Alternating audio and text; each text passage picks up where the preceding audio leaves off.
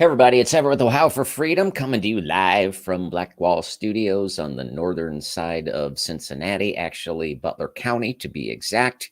And it is the 3rd of July in the year of our Lord 2021. Nobody is expecting me to be going live right now, but I'm going live right now because I want to discuss a topic that I want to get off my chest, or I can't do anything else today, and I want to be thinking about the 4th of July. That being said, I'm going to discuss something that no one would expect an American old gray-haired white guy to be discussing the day before the 4th of July. But if we are to enjoy our country's freedoms and maintain our country's freedoms, I think it's important to recognize and point out Marxism in action when we spot it.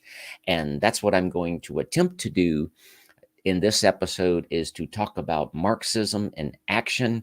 And I'm going to be talking about none other than Justin Trudeau.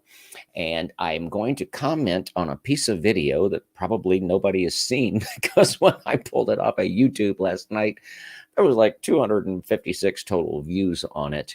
But anyway, at any regard, here's what I want to get. I want to say, first of all, if this is a boring topic to you and you stumbled on this video, oh, Karen Taggart is that. Oh, I'm sorry, Karen. Well, it's out there. I said hello. And so, Karen, I'll say to you and everybody else, if commenting upon Marxism in action in our neighboring country of Canada is boring, I understand. Please like, please share, please subscribe, please comment on your way out. But I'm going to try to stay focused on this one topic because I think it's important. So let me dive right in. Hi there, Michelle. LOL, right? Hey, that was just a slip of the tongue. I don't even know where that came from. That was like, why would I say, what I meant to say, Justin. All right, first of all, let me say this. I've been talking about Canada a lot lately and New Zealand a lot. I just want to assure you, I am not this lady, okay? This is Rachel Dolezal. Do y'all remember her? Hi, C's. This is the lady that a couple of years ago we found out that she's a white lady that's professionally pretending to be black, and she got busted. Okay, so she's a wannabe. She's a poser. She's not black. She's actually kind of like Irish American. I mean, her natural hair color is kind of a, blondish, reddish. And so she goes around with her hair dyed, permanently permed in a tan, a spray-on tan, posing as a black person. Well, listen, I have not gotten my hair dyed Canadian. I have not gotten a Canadian spray-on tan. Now, I do have French Canadian ancestry. I have a French Canadian name, but I'm not a Canadian poser. But what bothers me is when I see Marxism in our neighbors that are just to the north, and Justin Trudeau it creeps me out that he is just a few hundred miles from me. So I'm going to get to what I'm talking about. In the last week or so, it has come out that there were, hi, Betty, hi, Mark, hi, okay, Michelle, and hi, Eve. Well, Eve, I'm talking about your country, and I want you to know I'm doing so with respect, and I mean that sincerely. So it's come out in the last week or so, mass graves of 751 plus bodies of indigenous people. And I'm going to stay bird's eye view. I'm going to stay 30,000. I'm not going to get mired in the details. So I'm going to talk about that from headline level. You can get really, really deep into the details, but I'm going to stick with 751. I'm going to stick with indigenous people, and I'm going to stick with some kind of a connection to institutions or schools run at least largely or maybe exclusively, but by the Catholic Church. Okay. And then I'm also going to mention that this is on the heels of people sending to me, 10 days, 2 weeks ago, reports of 250 bodies found nearby Kamloops. Is that right? Kamlo. So put it this way. I'm just going to keep it real general. Mass graves, indigenous people, some connection to the Catholic Church and others responsible. So I'm going to play. This is Chief Bobby Cameron. I'm going to play the clip because my critics said play the clip and then talk. I'm going to play the clip and then we're going to talk about it. Here we go. Some of those priests and some of those nuns are still living. They got to be held accountable. They must be held accountable. They can't get away with this. Those acts, many of those acts were acts of first-degree murder in a place where It was being run by the Catholic Church of Canada, a place where you're supposed to pray and heal and forgive and love one another. Boy, a lot of evilness happened in those institutions. Okay, hi Phil, and hi Eve, and hi Doe, and here's what I'll say. I'm actually amazed. That's Chief Bobby Cameron. Don't know anything about him except from this clip, and he's talking about the finding of hundreds of bodies of indigenous people. He is saying, yes, some of these priests, some of these nuns, some of these brothers need to be held accountable. Some of them are probably guilty of first-degree murder. I completely agree. I'm not bashing anybody that's Catholic. I am not pro-Pope. I'm not pro-Vatican. That's another issue altogether. But I think he's being very calm and very measured. And I'm going to prove it to you with this clip. This guy is not an Ayanna Pressley. This guy is not an Al Sharpton. You don't hear meanness. You don't hear vitriol. What I'm going to play you here is one of the most amazing things I've heard in a long, long time. And here we go. Catholic Church. I know what the bishop in your province have said, but what's your message to the Vatican, to the Pope? We would say this: you must embark on a journey with our First Nation survivors and descendants and be part of the healing process. Come to our regions and pick one residential school site and apologize with sincerity and a pure heart, a kind heart. Okay, folks, I got to be honest with you. I don't know if I could say that if I was in his position. I really don't. I didn't hear, I hate you. I didn't hear, I'm going to get you. I didn't hear, we're going to retaliate. I'm a Christian. I believe in forgiveness. And God will have to do some real work on my heart if I was in his position to be able to talk that way. I'm just being honest with you. Maybe you could. So I don't hear hate. I don't hear vitriol. I don't hear vengeance. I don't hear any of that. But we did hear him say people need to be held accountable. Now, I'm going to get to Fidel's answer.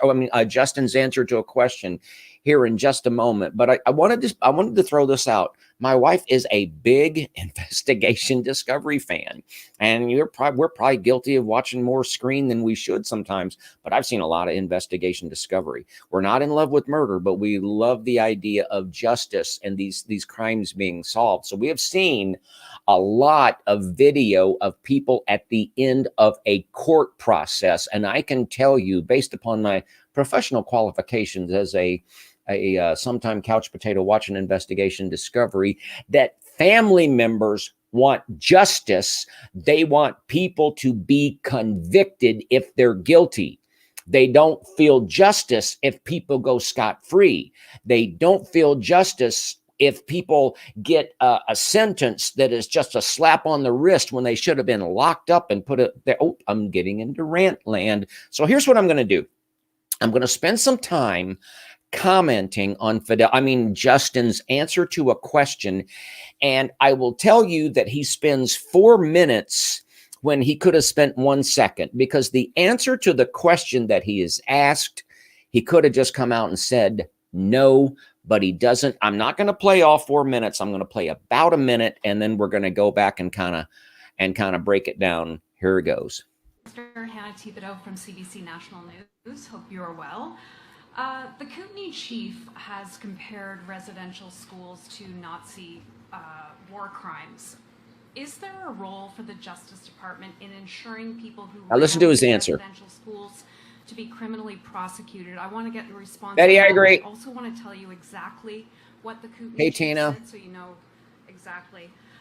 The Nazis were held accountable for their war crimes. I see no difference in locating the priests and nuns and brothers that are responsible for this mass murder for their part in their attempt of genocide on Indigenous people. I think there's no question that this terrible and shameful part of our history was not done by any one person.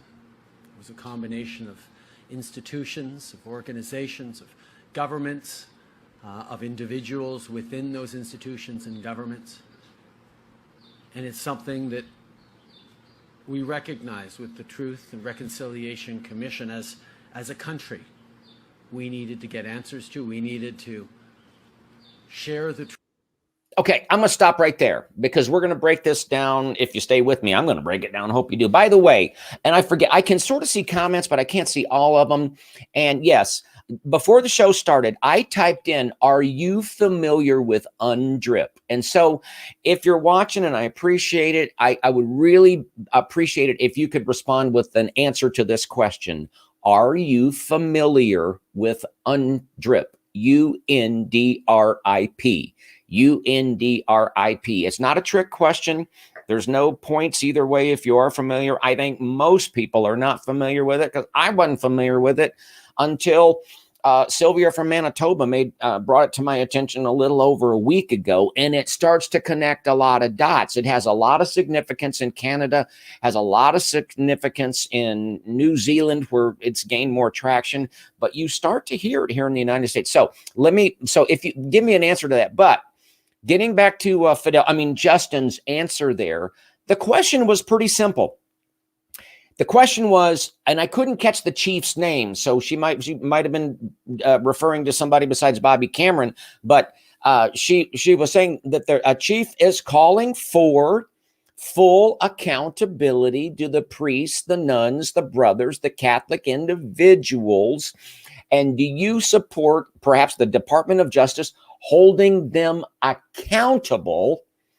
And all he really needed to say was yes. Now we're going to break down part of his answer. We may end up going through all of it, but all of it is gobbledygook if he can't say yes, and he did not say yes. So I'm going to back up. And this is what I'm going to do. And if it's boring, I understand. But there's a really twisted technique that Justin is going to employ here. And I want to break it down. I want to point it out because I'll say this. I am tired of being manipulated and going through mental contortions and thinking about this and trying to justify that when the real response that I need to give to somebody is your Marxism doesn't work on me. I'll explain that as we go. So I'm going to replay the question. Here we go. Minister Hannah Thibodeau from CBC National News. Hope you are well. Hey, Brenda. The Kootenai chief has Hi, compared Eve. residential schools to Nazi war crimes. Is there a role for the Justice Department in ensuring people who ran these residential schools to be criminally prosecuted? I want to get a response on that, but I also want to tell you. So let's just stop right there. Is it rational to say this is analogous to Nazi war crimes? I mean, you have children that were attending these schools and they were murdered. Is it germane? Is it analogous? Is it in the same body of thought to compare this with Nazi Germany and the Holocaust? I say absolutely. Maybe not on the scale, but it has to be 6 million people before we can point out how horrific this is. So it's a very, very valid question from my chair. I'm going to keep going. Exactly what the Kootenai chief said, so you know exactly. The Nazis were held accountable for their war crimes. I see no difference in locating the priests and nuns and brothers that are responsible for this mass murder for their part in their attempt of genocide on Indigenous people. Is that a reasonable question? If there were priests, if there were nuns, if there were brothers, if there were anybody, if there was the custodian, if the janitor was in on it, and they're alive and they're found out, should they be prosecuted? Should they be held accountable? Hello. Absolutely. I'm sorry. Listen, I was raised in the United States. You can probably guess my age. There's no other conclusion that I can come to as yes, these people need to be absolutely held accountable. And listen to Justin's answer. I think there's no question that this terrible and shameful part of our history was not done by any one person. I'm gonna stop right there. This terrible and shameful part of our history. Justin, when you say history, it makes it sound like it's past tense. Is it past tense? Is it not going on anymore? Do we know that for sure? Oh, we know that it happened, but are things like this still going on? And then you say it's not any one person's fault. Well, whose fault is it? I'm going to back up just a scotch here, replay him. terrible and shameful part of our history was not done by any one person. It was a combination of institutions, of organizations, of governments, of individuals within those institutions and governments. And it's something that we recognize with the Truth and Reconciliation Commission as... I'm going to stop right there. Truth and Reconciliation Commission. What is that? Did you guys in Canada, is that some formal body or a group of advisors? Because that's right out of the Marxist playbook. There have been people in the US trying to set up a Truth and Reconciliation Commission for Trump supporters. That is right out of the Marxist playbook. But have you noticed so far, he doesn't want to hold any one individual accountable. Now, at the end of the Second World War, I tried to think of the movie. My wife and I watched it recently, and I think it's on Netflix. But it was about these Israelis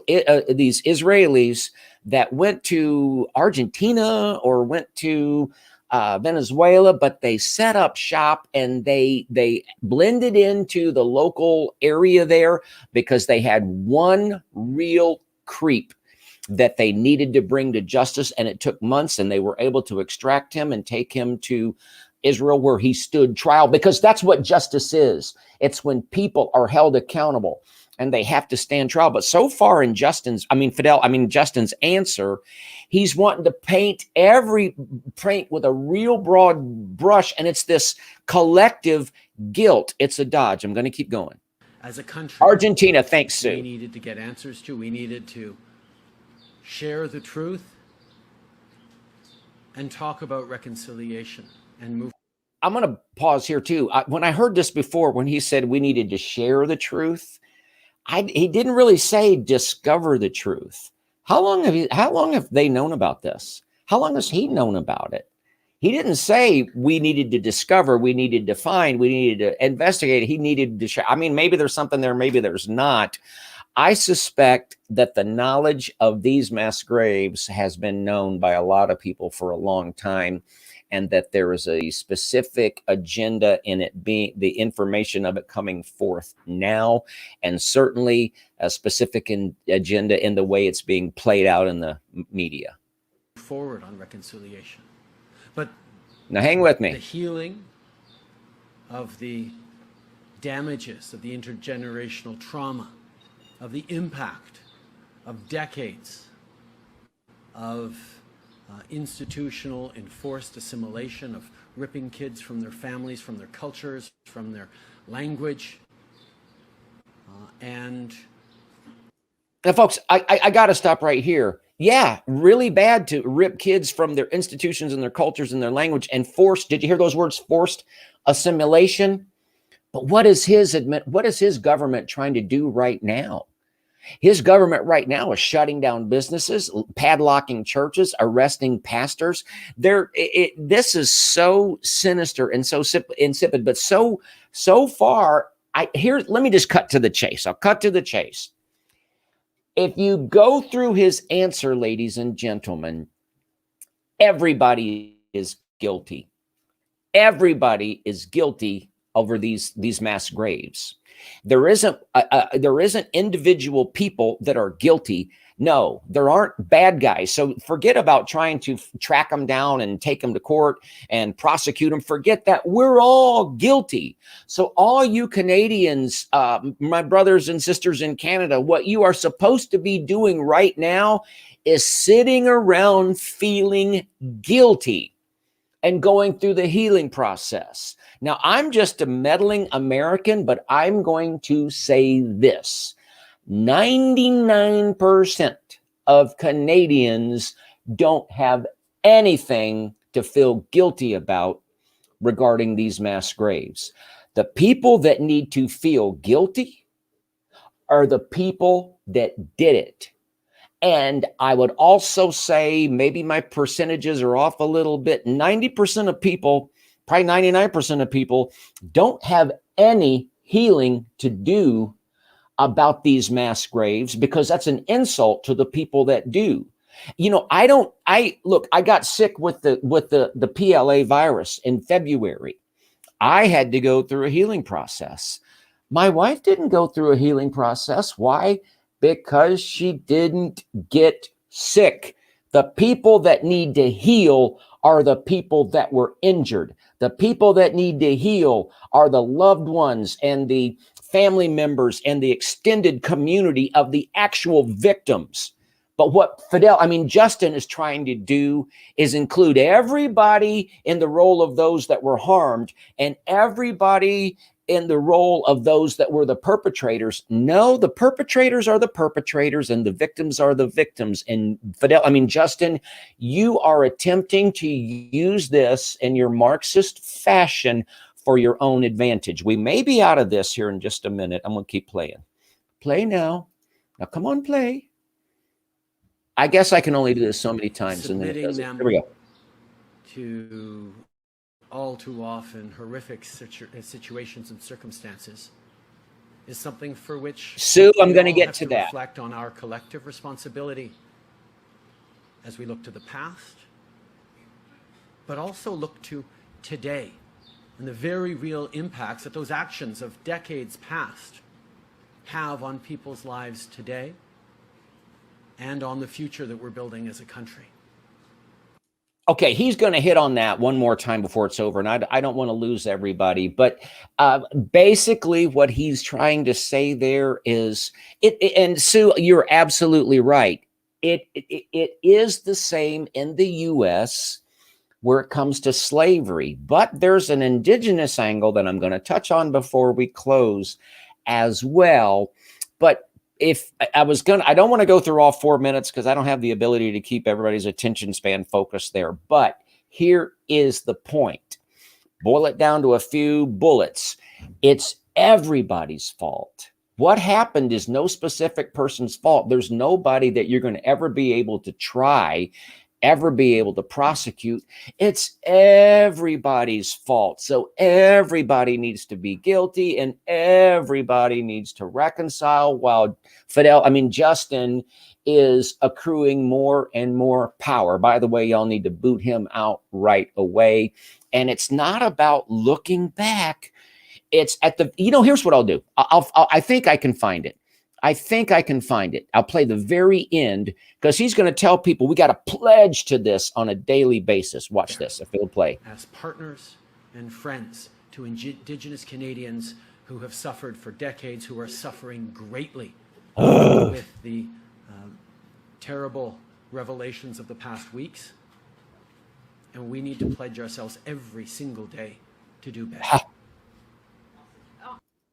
Now, that all sounds good, but it's a load of hogwash. Pledge ourselves every day. So I'm going to get up every morning and I'm not even Canadian and I'm going to get out of my bed and I'm going to get on my knees and I'm going to say, I pledge today to, what am I pledging for? I'm pledging today to be involved in this. And then tomorrow, oh my gosh, Lord, please forgive me. I forgot to pledge yesterday. You know what it sounds like?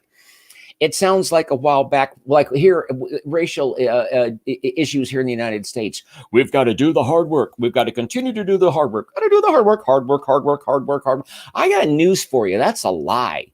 The hard work's been done. The Civil War has been fought and everything else. I'm going to go into it. My next door neighbor is from Eritrea, Africa.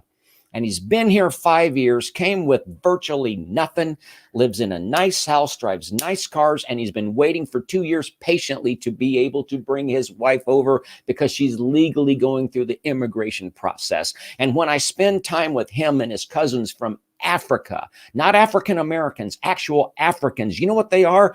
They're happy and they're hardworking and they're successful. And that has been my experience with African immigrants to this country because they don't have the head trash that we have been assaulting our African American population with so long. And when people get that trash out of their head, the hard work's already been done. I'm going to bring this in for a landing. Y'all, UNDRIP is the United Nations Directive for Recognition of Indigenous People. And what's an attempt to do is a Marxist land grab, pure and simple. But I'm going to close on 2 clips from this amazing young lady, and it'll bring it in perspective. Because see, what Justin is doing up there in Canada, he's trying to play this for his own advantage. but it's the Marxist playbook playing out all over the place. But I want you to hear that her name is Lindsay. This video is from a couple years ago. I'm going to let it play and then we'll talk about it. If you are Canadian, you have heard or seen a land acknowledgement, which sounds like this. We want to begin by acknowledging the traditional territory of the neutral Anishinaabe and Haudenosaunee peoples on which Wilfrid Laurier University's campuses sit and which we are currently occupying. This land is part of the Dish with One Spoon Treaty and is governed by the Haldimand Tract Proclamation, which promised 6 miles on either side of the Grand River to be the traditional territory of the Haudenosaunee in 1784. Since this time, 95% of this land has been stolen through the ongoing colonial occupation. Okay, now why did I show that? This is UNDRIP in action. This is one of those land acknowledgements, but it's what I was saying. It's the very next page, and what Justin is talking about. These land acknowledgements. We acknowledge that we are on the tribal or ancestral whatever of, and I'm going to play you her analysis of it in just a minute. But it's an accomplish nothing tactic that makes woke little twitsters, woke little college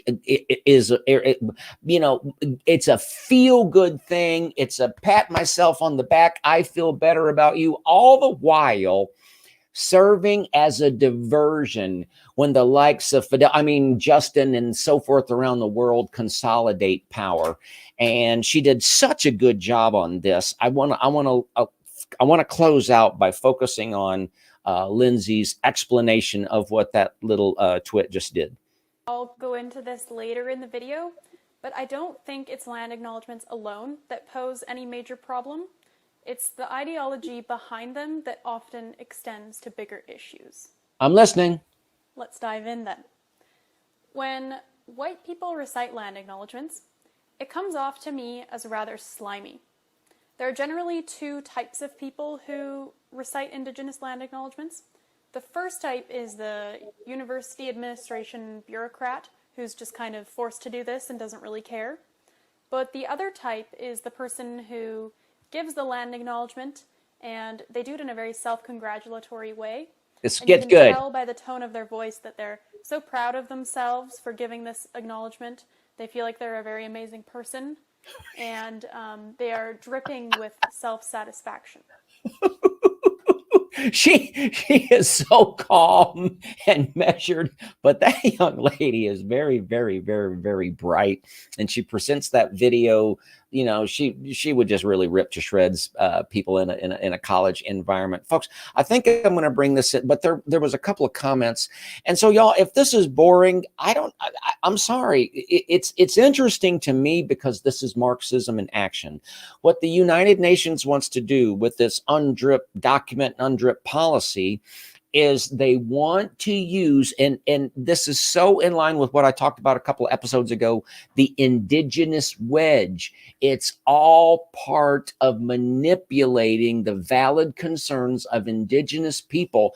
But folks, like when that little twit college student was standing up there saying, we are on the standing, he can make that pronouncement all he wants, but if he really believes it, then he's trespassing. Why is he still trespassing?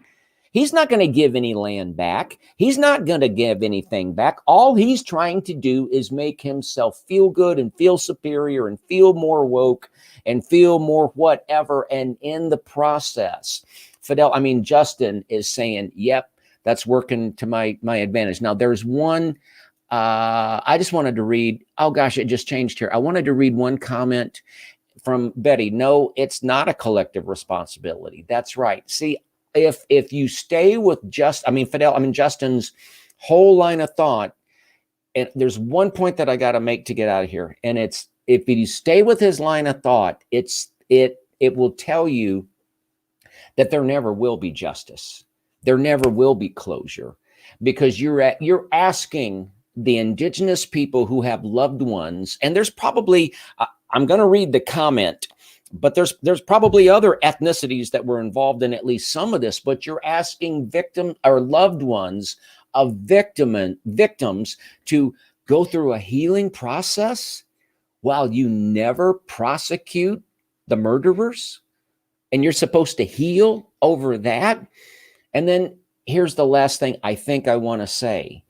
if Fidel, I mean, Justin can get away with the Canadian people dealing with this Holocaust-like incident in this manner, not holding anybody accountable, please hear what I'm saying if you're with me this far. Doesn't that set the stage for nobody ever being held accountable for atrocities past, present, and future? You follow me on that? So if you're watching these renegade police officers and they're arresting Pastor Art on the highway and carrying him hog-tied to a cruiser and chaining him to a wall for 3 days, and you see people forced to get this inoculation or that, and just go through the litany of all the things that they are doing. And by the way, I got it rumored yesterday that in the medical community, they've been told you keep your mouth shut or you're going to lose your job. And by the way, come the fall, you better be prepared for a massive lockdown and you better be on board with helping it or else. And so if Fidel, I mean, Justin can get the Canadian people to deal with this atrocity and where everybody's guilty and everybody needs to heal, which means there isn't any healing. And just in case I'm not clear, any Indigenous Canadian that's listening to me, if you know, which I doubt, but if you are, those people need to be Nuremberged. That's where this guy's coming from. That's where this guy's coming from. I have a tiny bit of Indigenous blood in my bloodlines. Not, I mean, I'd be a poser if I tried to say I identify, but I want people to be held accountable. And if Fidel, I mean, Justin gets his way, nobody's held accountable.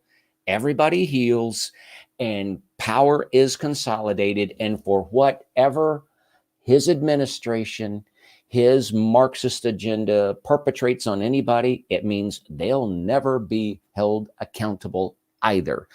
Went longer on this than I planned on. Please like, please share, please subscribe. If you have any information, undrip any information, any examples of any kind, I don't know why I'm interested. No, I do know why I'm interested in this, but this is an interest of mine and I'm trying to learn more about it. And hopefully I've spoken about with respect to our Canadian brothers and sisters. And so with that said, please use Ohio for Freedom at proton.mail.com if you want to be sure we get it. If you send it Facebook Messenger, it might be blank by the time it gets here because that's just what Zuckerberg does. Please go to the website. If you can support us, it would really, really, really be appreciated at PayPal, and also sign up for email letters. And with that, 4th of July tomorrow. God bless you. God bless your family. God bless the state of Ohio. And God bless the United States of America.